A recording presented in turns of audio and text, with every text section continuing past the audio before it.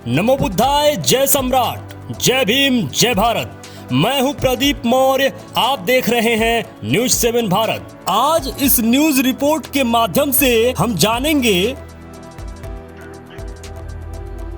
कि पाखंडियों ने भारत की ही बौद्ध विरासत को परिवर्तित करके अपना बनाया और अपने तरीके से झूठा इतिहास लिखकर उसे साहित्य में पिरोकर लोगों को सौंप दिया और पीढ़ी दर पीढ़ी वही पढ़कर लोग उसे स्वीकार भी कर लिए। ऐसे ही एक कहानी भगवा की बनाए, जो असल में भगवा जो संबंध है यह बुद्ध से है। गौतम बुद्ध से संबंधित शब्द इस भगवा को किस तरीके से पाखंडियों ने कब्जाया और किस तरीके से इस भगवा जैसे पवित्र शब्द को दूषित कर दिया। चलिए इस न्यूज रिपोर्ट के माध्यम से हम जान पाएंगे कि इसके पीछे का इतिहास क्या है। वीडियो अंत तक जरूर देखिएगा। भगवा शब्द केवल सम्यक संबुद्ध के लिए प्रयोग हुआ, उनके पहले के बुद्धों के लिए भी यह शब्द प्रयोग नहीं हुआ था। अर्थात शाक्य मुनि बुद्ध ही पहले और आखिरी भगवा हैं। आप पाली की गाथा पढ़कर समझ सकते हैं। चलिए इसको क्रमबद्ध जानते हैं। जैसे भग्ग दोषो भग्ग रागो भग्ग मोहोति भगवा, भग्ग मोहोति भगवा, भग्ग रागोति भगवा, भग्ग दोषोति भगवा, भवानं अंत करोति भगवा, भग्ग कोणंति भगवा, इति पिसो भगवा, अरहं सम्मा संबुद्धो, नमो तत्स भगवतो अरहतो सम्मा संबुद्धस्स। इन सब गाथाओं में भगवा शब्द पढ़ने को मिलता है। अर्थात भगवा को रंग कहने वाले ध्यान दें कि भगवा शब्द रंग सूचक नहीं बल्कि गुणवाचक संज्ञा है। इसीलिए जो भगवा है वही बुद्ध है। इति पिसो भगवा अरहं सम्मा संबुद्धस्स, अर्थात जो भगवा है वही बुद्ध हैं। आगे भगवा शब्द को उद्देशित करके उपयोग में लाया जाने वाला भगवा यह शब्द समय के प्रवाह के लक्षण के रूप में उसके चीवर को दर्शाने के लिए प्रयोग किया जाने लगा और फिर भगवा शब्द एक रंग का सूचक बन गया। यह लिखते हैं डॉक्टर सालुखे। वास्तव में भगवा यह गुणवाचक संज्ञा है। A dictionary of Pali language जिसे लिखे थे R.C.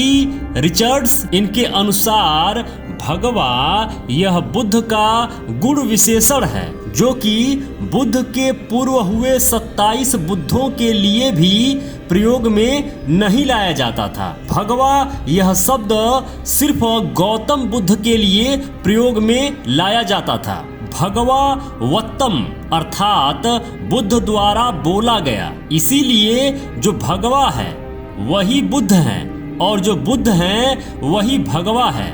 यही भगवा आगे चलकर धूर्त पाखंडियों के कारण रंग का सूचक बन गया। इसीलिए आपको यह समझना चाहिए कि भगवा का मतलब कोई रंग नहीं होता है, भगवा का मतलब बुद्ध ही होता है।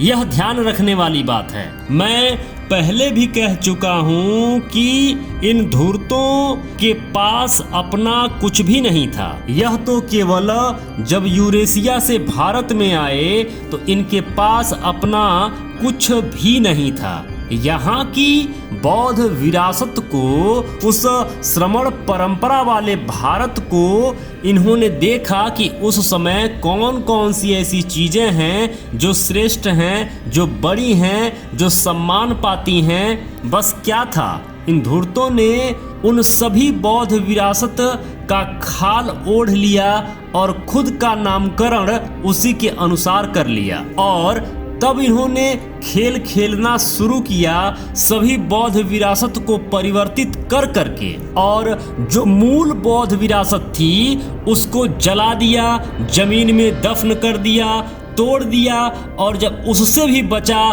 तो उसको इतना विकृत कर दिया, इतना परिवर्तित कर दिया कि आगे उसे पहचान पाना भी मुश्किल ही नहीं कभी कभी नामुमकिन भी हो जाता है। वरना आप सोच सकते हैं कि सम्राट अशोक का बनाया हुआ, सम्राट चंद्रगुप्त मौर्य का बनाया हुआ वो अखंड भारत, जो सम्राट अशोक का भारत था, यह जानने वाली बात होगी कि उस समय भारत एक बौद्ध राष्ट्र था। अखंड भारत एक बौद्ध राष्ट्र था। तो उस अखंड भारत के निवासी जो 100% पूरी तरह से बौद्ध थे, आखिर क्या ऐसा घटित हुआ कि उन बौद्धों का अस्तित्व ही मिटता चला गया या मिट गया, या जो बौद्ध थे उस समय वह अब कौन हैं? जो बौद्ध विरासत थी उस समय अब परिवर्तित करके क्या बना दी गई? इस चैनल पे इन्हीं विषयों पर सारे वीडियोज, सारे न्यूज़ रिपोर्ट बनते हैं ताकि हम भारत को फिर से बुद्धमय बना सकें। तो इस वीडियो के साथ साथ इस चैनल पे लगे अन्य वीडियोज को भी जरूर देखिएगा। अपने मित्रों में जितना अधिक से अधिक हो सके शेयर जरूर करिए ताकि सबको भारत का असल इतिहास पता चल सके और धर्म के नाम पे, जाति के नाम पे जो इन पाखंडियों ने नंगा नाच खेला है उसका अब तो अंत किया जा सके और भारत को पुनः अखंड भारत, पुनः बुद्धमय भारत, एक बौद्ध राष्ट्र बनाया जा सके। एक बात साफ साफ कहना चाहूंगा मेरे मित्रों, इतना बस जान लीजिए कि यदि आपके पिता को कोई दूसरा पिता कहना शुरू कर दे तो क्या आप अपने पिता को पिता कहना छोड़ देंगे?